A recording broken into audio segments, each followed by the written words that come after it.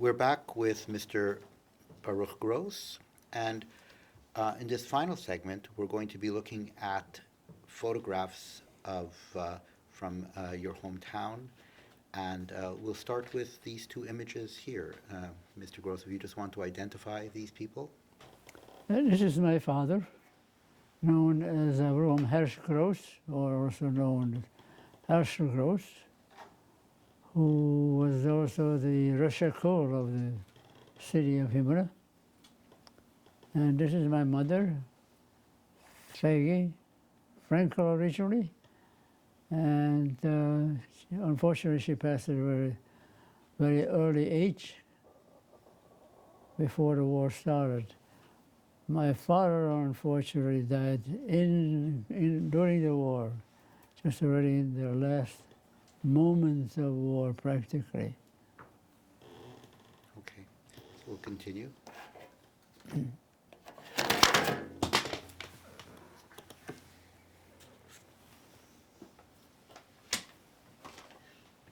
And here? This is a Rebbe. This is a picture of the Spinker Rebbe. Hmm. You know, the Rebbes used to travel from city to city in summertime, either on vacation or otherwise visiting the Kahillas. Here, the Spinker Rebbe is visiting, actually he's resting in a forest setting in a spa in Slovakia, in Rahatchowitz. While he is resting in this spa, he's also visiting, he's also accepting to see people that come, Hasidim that come to give what they call give a kvittel, asking for a bracha. Mm-hmm. And here my father brought along my older brother, Moshe, who survived the war, but he's not around anymore. And he took my other brother, Peretz, who did not survive the war. And these are his Gaboim, I believe. So, and that's your father on the far left. and this is my father. Yes, Yeah. yes. It gives him a kvittel, as they say, that means a request for a bracha. Beautiful, beautiful photograph. Absolutely beautiful photograph. Here's a picture of the Belzer Rebbe, Rebbe Aharon,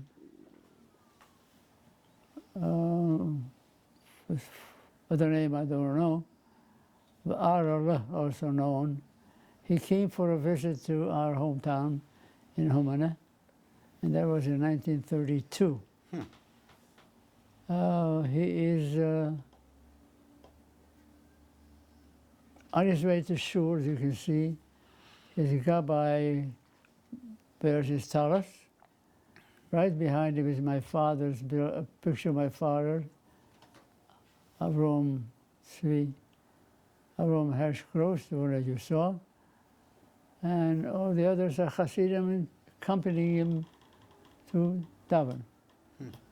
There was a special event in our city to have a Belzer Rebbe come Of course, absolutely. to our city. Fantastic photograph. It says here, Muran Rav in Himra.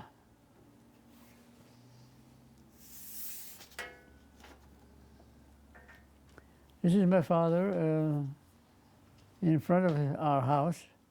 He's writing notes. It's part of his occupation. Actually, he was a Rosh Hakol in the city, and people would come for requests for support, and you would usually get a stub like this, and when it stopped, they would go to the a person that is in charge of giving out the money. This is, in other words, a tzedukah event. Nice, very nice.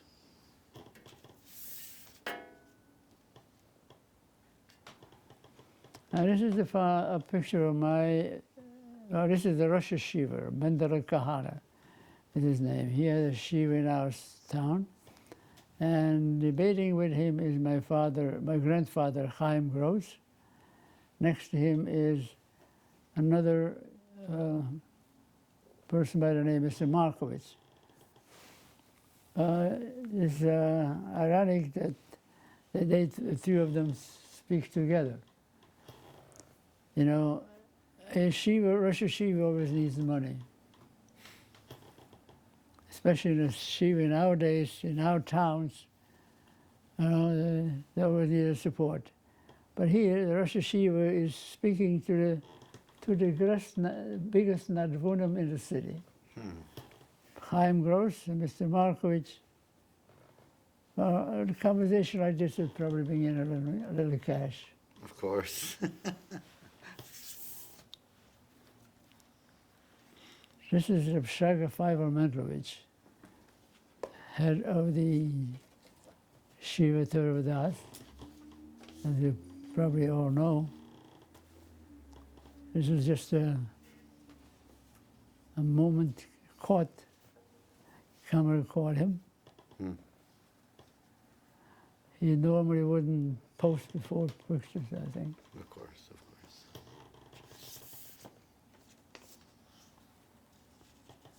Well, these are, Spice Yaakov? no, unfortunately, these are not Jewish schools. These are our general schools where the Jews, this one is general school where our Jewish boys and girls met together with all other kids. And this is just a picture-taking session for this particular time. Here, in this session, and this picture, there's only Jewish kids. They're already strictly Jewish boys and girls. That was after the segregation of Jews from Gentiles. Jews couldn't go to general schools. So this was taken by the Jewish boys and girls and their teachers.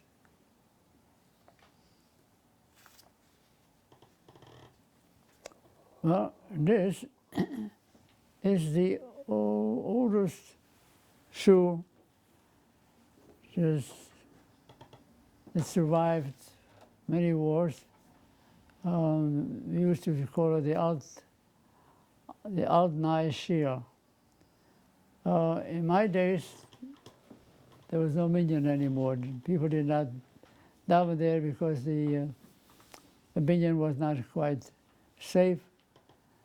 So this new shul had to replace the old shul. And this is the shul where we used to daven, where the Ashkenazim used to daven. Because the Sephardim, like me, my father and I, davened in a Sephardic shul. But this was Ashkenazi shul. It's a different Havara. And this is the same picture taken from a different angle. Right. Right.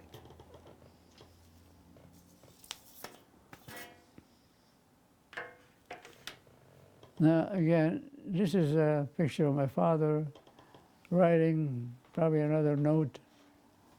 Oh, no, this is from the picture that we saw, seeing the Spinker Rebbe and writing the quittal. This is a house, this is my grandfather's house. Only one of the few that survived the World War in all these years. And this is my uncle's house. It's Yitzchak Gross, who survived also. And this again is my grandfather, Chaim Gross. You saw part of the picture. This picture you actually saw on a different one. So this is just an individual one.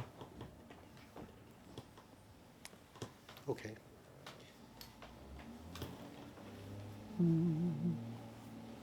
So this is a picture in detail, actually, from. Right. So we have now, we have a really fascinating This is a, I guess it's like a Chevra Kadisha book from the town of Jimena. Let me see if I can go on the other side. Can you over there? Just Hmm? okay. So this is a very beautiful. If you want to just explain the pages we're looking at here.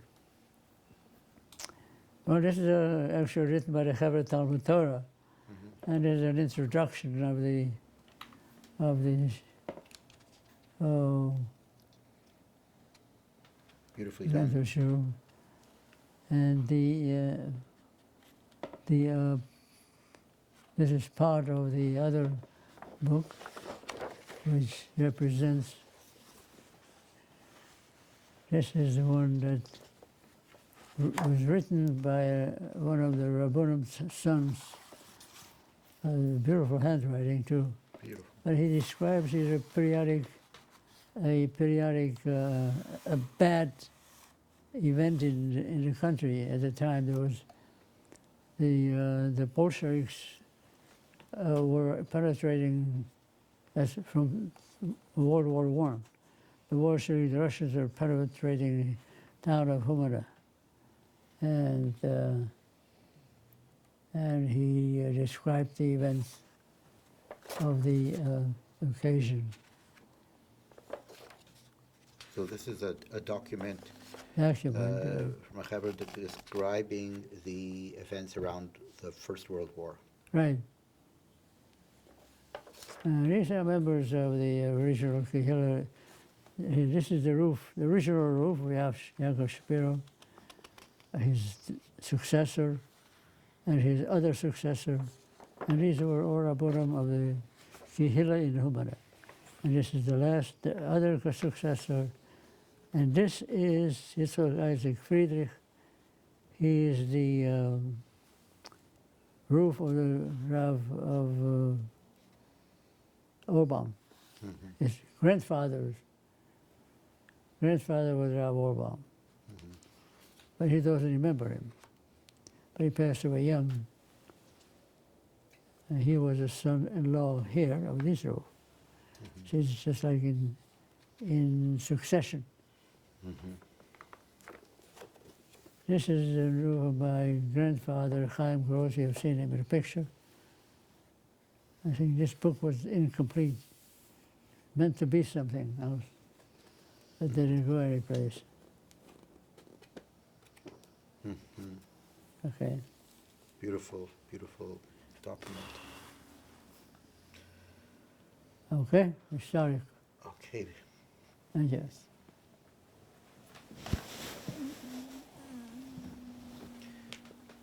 Mr. Gross, thank you so much for your time today and for the honor of being able to take your testimony. Saying it was my honor to have you here and give me an opportunity to express my thoughts and the events that I have gone through in my lifetime. And let's hope that these will help me maintain some memory of events that we talked about. Of course, and now they're recorded for posterity, Right. so it's all very good. Thank you again.